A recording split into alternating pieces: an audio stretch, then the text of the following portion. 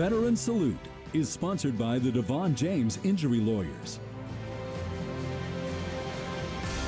Welcome back. When asked about his time in the jungle, one Vietnam veteran says he immediately thinks of the people he served with. Gwen Bevel and photojournalist Nick Kiefer share his story.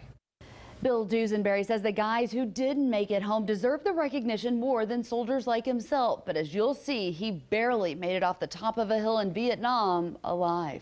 This is just a small museum to my family. Bill Dusenbery was already on two wheels at the age of just 6. I ran over everything in the backyard. He says his father, a well-accomplished flat-track racer, instilled the love for racing. It's exhilarating, to say the least. And that's why Dusenbery knew exactly what he wanted to do in life. When you run a bike in at 80 miles an hour and throw it sideways and know that you're going to make it through the corner. His career plans would soon be thrown off track after he received a draft notice. All you have is the anxiety of keeping yourself alive. Dusenbery was assigned to the 4th Infantry. He was part of a special team of soldiers called LRPs, or Long Range Reconnaissance Patrols. Way out in enemy territory to check bomb sites, to catch body count, to spy on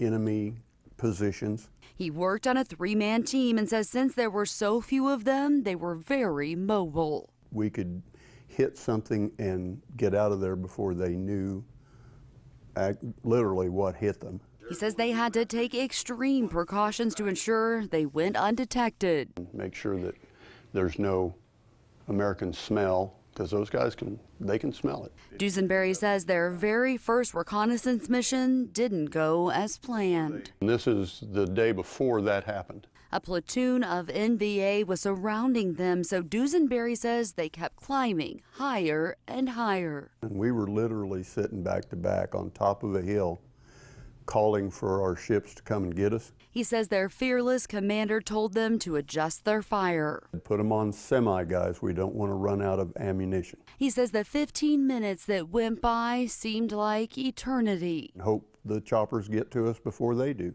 He says the chopper wasn't able to land because of all the thick bamboo. It hovered some 10 feet in the air, and we jumped up, grabbed the rungs, and swung up on into the helicopter. He says another chopper trying to get to them was shot down. The guy that was running our chopper went around, landed on the props of that downed chopper, and then we went down and got the crew. He says everyone survived. The guy that was running our chopper was a hero. And so was the sergeant who led them. The man that got us out of there, the man's really responsible for getting 2 19-year-old kids out of there. The men were awarded for their bravery that day. This shows me that someone did appreciate what I did. The Army Accommodation Medal was pinned on his chest by a general in Vietnam before he finally returned to his true love, the track. It was an awesome time. Awesome. Beat the heck out of the jungles of Vietnam. Dusenbery says although it was a brutal war, it was an experience he'll never forget. He says seeing how the rest of the world lives really helped him better appreciate what he had in life. Here for you, Gwen Bevel, KSN News 3. On behalf of Devon James Injury Lawyers, we're honored to be here with Bill Dusenbery, this week's Veteran of the Week. Mr. Dusenbery, thank you for your service in Vietnam to our country. It was a pleasure. While I was there, I met so many beautiful people.